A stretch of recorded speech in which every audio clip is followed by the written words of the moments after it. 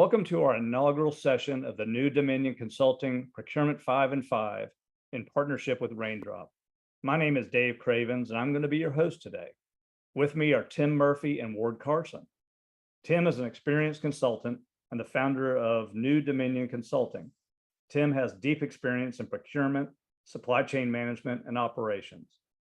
Ward Carson is the COO and one of the co-founders of Raindrop.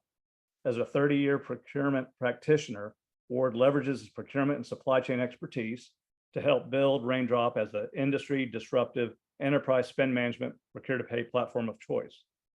With no further ado, let's get started. Hey, Tim, we're going to start with you. What has surprised you? Absolutely. And thanks for having me, Dave. Oh, you're more than welcome. So what has surprised you in procurement recently? I have to say it's something that continues to surprise me. So either I'm a little slow or this is a trend that I'm just seeing more and more.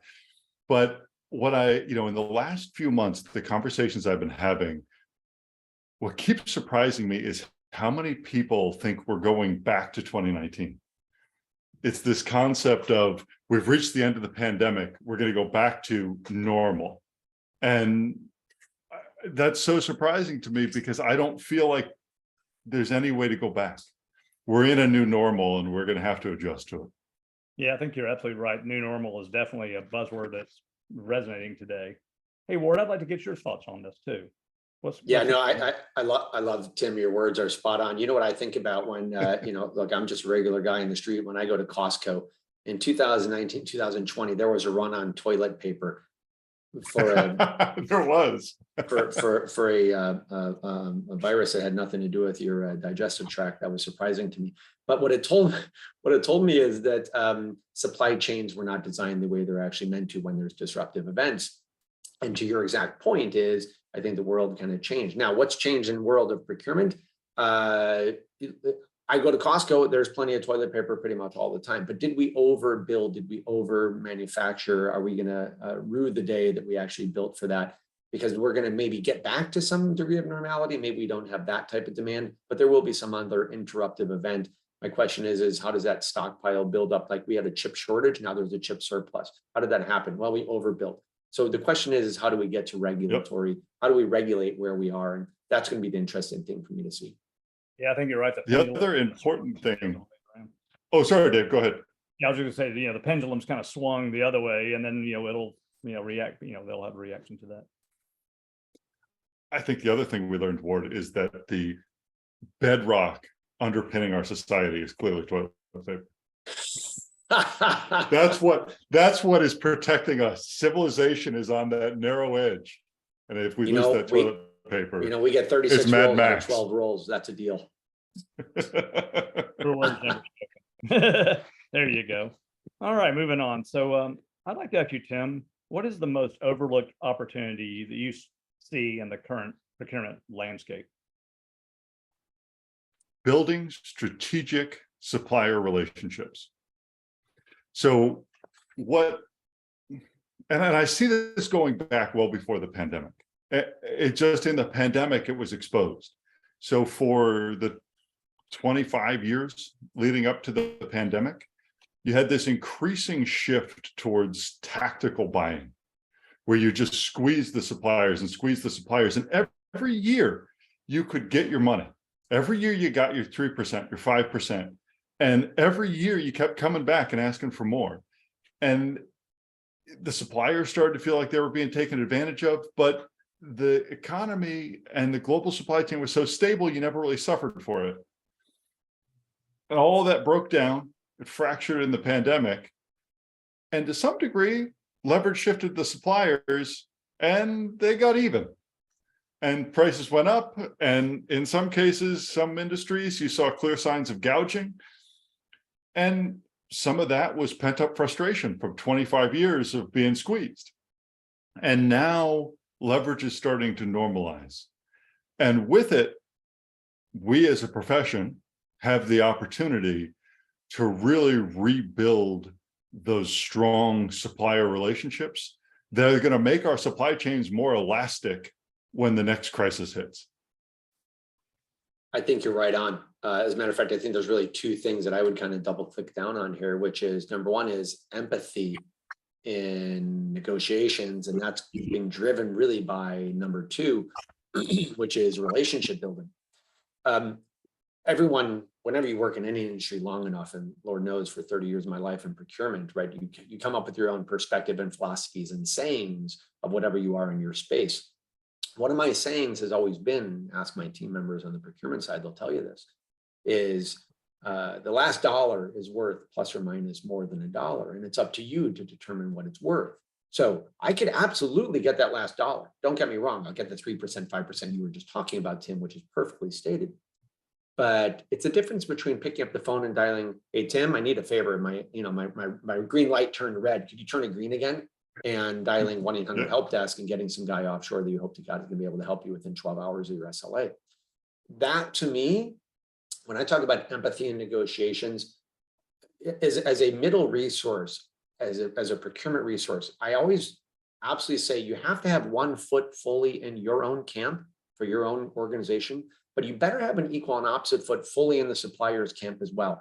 And another one of my sayings from my philosophy of the world of procurement is happy supplier, happy buyer. Unhappy supplier, guess what?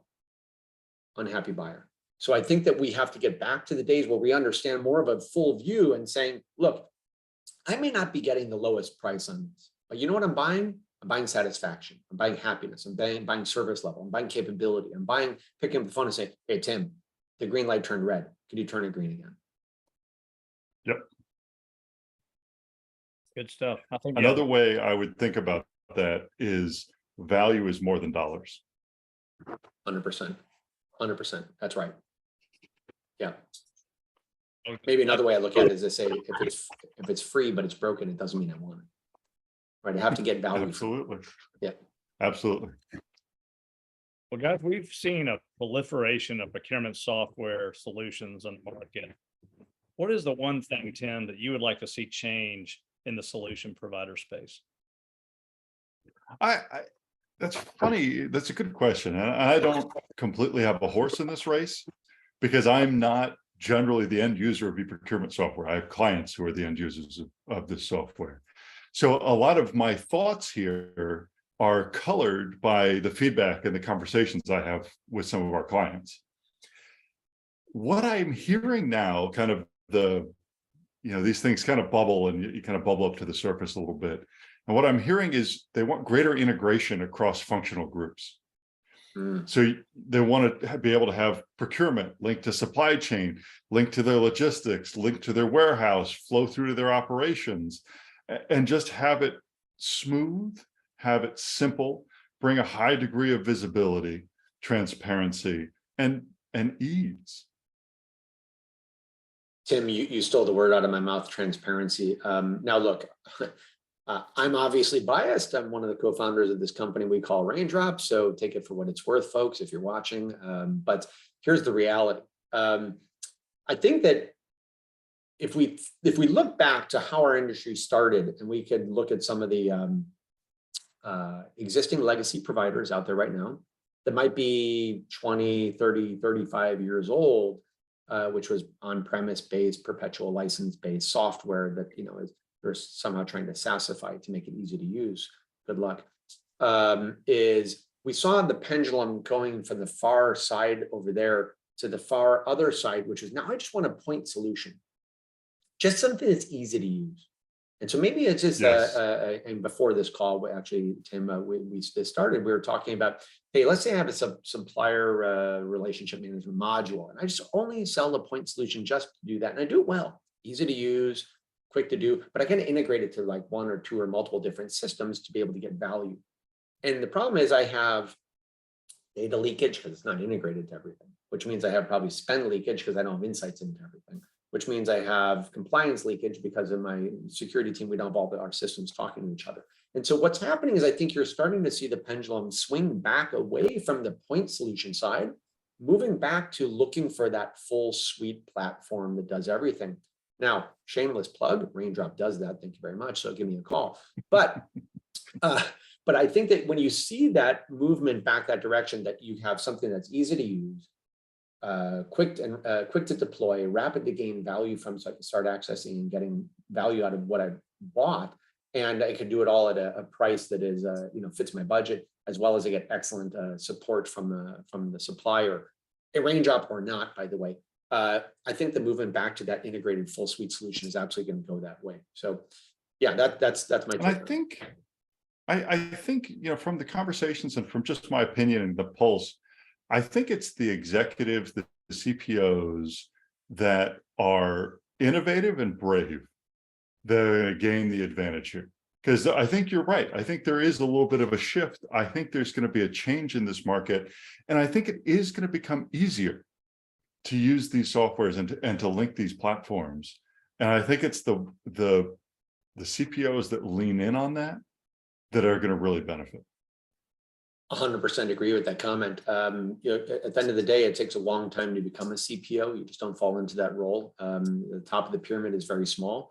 And so those folks who are going to say, look, I'm going to dispense with the conservative approach of, nobody gets fired for recommending IBM. And okay, that saying has been outdated by 20 years, but I think you get the idea, is folks who in the CPO chair are going to look at, or CFO chair or CIO chair, you get the idea, are going to look at that and say, look, I'm going to take a real look at this industry and how many full suite, single pane of glass, single code base, true SaaS cloud built software packages out there on the market today. Well, I can tell you there's one. And I think I think that is going to be where those CPOs who look at it and say, I'm going to throw a little caution to the wind. I'm going to look for what is solving my business needs, not the logo that's attached to it necessarily. Does it fulfill my business needs? Is it easy to use? Which means not ease of use. It really means internal stakeholder adoption, right? People are going to say, hey, I can't wait to use that 30-year-old software package. Like nobody ever said that, right? So our goal is to see, and Dave, I guess this gets back to your question, what would we like to see change is, to Tim's point, that movement that we're going to see is by the risk willing to be taken, the innovative, the thought leader, procurement, CPO resources that are going to say, there's a different world out there today. Maybe it kind of started because of COVID and we had to shift to everyone's working at home. Well, I have a distributed workforce. I have to go buy tools. They have to be easy to use. They have to be quick to deploy. I have to get rapid access to value. And I have to get great service levels for something I can afford because I may not have had it in budget. That to me, I think is the space that we're looking to change. And I think that's something the innovative leaders are looking at. Yeah, I think that, business as usual and the same old, and, hey, getting the job done is going to take something more than just, the way it's always been the last 20 years. It's like, what do we need to do for the next 20 years, not the previous? So I know we spent time talking about procurement and the supplier. The other leg of the stool really is stakeholders, is the business community. So I was going to throw this out here, is what is really kind of the greatest challenge that you guys are hearing about internal stakeholder relationships, because that's really pretty darn important. Maybe we'll start with you. I'm going to jump in on that one. I'll tell you, I have a great story. I was many years ago working at actually, you can look me up on LinkedIn for the folks who are watching this on video. I don't have to name the company, but I was working in a large digital storage company. I was running their technology sourcing organization, and my partner over in IT was running operations at the time. And they were not using my procurement team. And I just joined the company. And I found out we're not being used. We have no access to the networking team, the telecom network, IT organization. They go do their own thing with the suppliers. And I went and met with the head of operations. And sure enough, he's like, you don't have anybody who knows what we do for a living. You don't understand the technology. You don't know what on-net or off-net or circuits, kinds, or even benchmark, and so, you know what, you're 100% right. We absolutely don't. But what we're going to do is we're going to get those resource capabilities. Now, I don't care if you hire them on or if you buy a third party or their contract, whatever the case may be, but you have to be able to bring value. And Tim, this goes to your earlier point about talking about value. You have to bring, and I don't care if value is internal or external. You have to give value to the resource to be able to say, I absolutely see your value proposition. I understand why we should use you. And we did that. We actually, in this case, I brought in an expert resource in the network space to run that functional spend. And we were integrated and saved, a lot of money, and we did good stuff. And we created optimization and efficiency and value That to me was the definition of the wins. That's kind of my thoughts on this space. I like that. And I like the example you gave was between the two different operating groups. And I think that's where I'm seeing friction, challenge with stakeholder groups is between the competing priorities. And going back to my first answer, it's from between the people who expect things to go back to the way they were and the people who want to take risk mitigation to the extreme. And a lot of times it's finance on one side who looks at this and says, let's go get back what we lost over the last 3 years. Go claw it back for me. And on the other side, you have operations who really, in many ways, emotionally felt the disruption, had the stress of the disruption, and customer service and sales who had that stress of the disruption and the stockouts and delays in manufacturing schedules. And they're looking at this and saying, no, de-risk. And procurement is in a lot of ways caught in the middle. And that's a tough place to be. Agreed. So Tim, what is the number one piece of advice that you would give to procurement executives today? My advice would be, we're in a period of relative calm. We've come out of a period of great, significant turbulence and hardship. Today, we're in a period of relative calm. Leverage is kind of normalizing. And, we have some storm clouds on the horizon, but they're not here yet. Don't waste this opportunity. Now is the time to take what we learned during the pandemic and adapt. Build your supplier relationships, strengthen your operations, refocus on value. Understand what value is for each of your strategic categories for your organization. It's not all dollars. It's not all delivery. What is it that you need to meet your strategic objectives? And prepare, take this time to prepare for the next crisis, because there will be one. My answer is very similar. I would use 2 words, and I'll go a little further. Be fearless is my recommendation to procurement leaders. Be fearless. Don't be afraid to get and mandate that I have executive sponsorship inside my company. We moved from the low-level operational, and Tim, you were talking about this, to up. Finally, procurement got a seat at the chair, at the chairman's room, the board table, where during the crash, right, during the pandemic, everyone was like, hey, I got to have the procurement guy, like supply chain has to be in my room. I have to have insights to what's going on. We moved up. Now stay in that position, be fearless, stay in there, stay strong. Make sure you're building those internal relationships really with all levels. It should be from the lunchroom to the boardroom. It shouldn't just be, hey, I have only executive sponsorship, but when I go internally, I don't have support. Or maybe my suppliers, they don't see that I give them that much lend credibility to what they're delivering for us in value. I would say be fearless. I love that. And what I'm going to add is, you're at the table. You're at the executive table now. The way to stay there is to prove your value. So take these competing interests, these competing stakeholder interests, look at the corporate strategy and elevate the conversation to meet in the middle. Bring them to the strategic goals. Agreed. Well, fantastic, guys. Thank you so much both for your time today. I think this is a really insightful session, and I really look forward to having some additional ones in the future. So have a great day. Well, I think we passed up our 5 minutes, but hey, listen, you know what? It was time well spent. We'll call this 5 and 10, not 5 and 5. How about that? Absolutely. Thank you, Dave. I had a lot of fun. You're welcome. Thanks, Tim. Thanks, Dave. Take care, guys.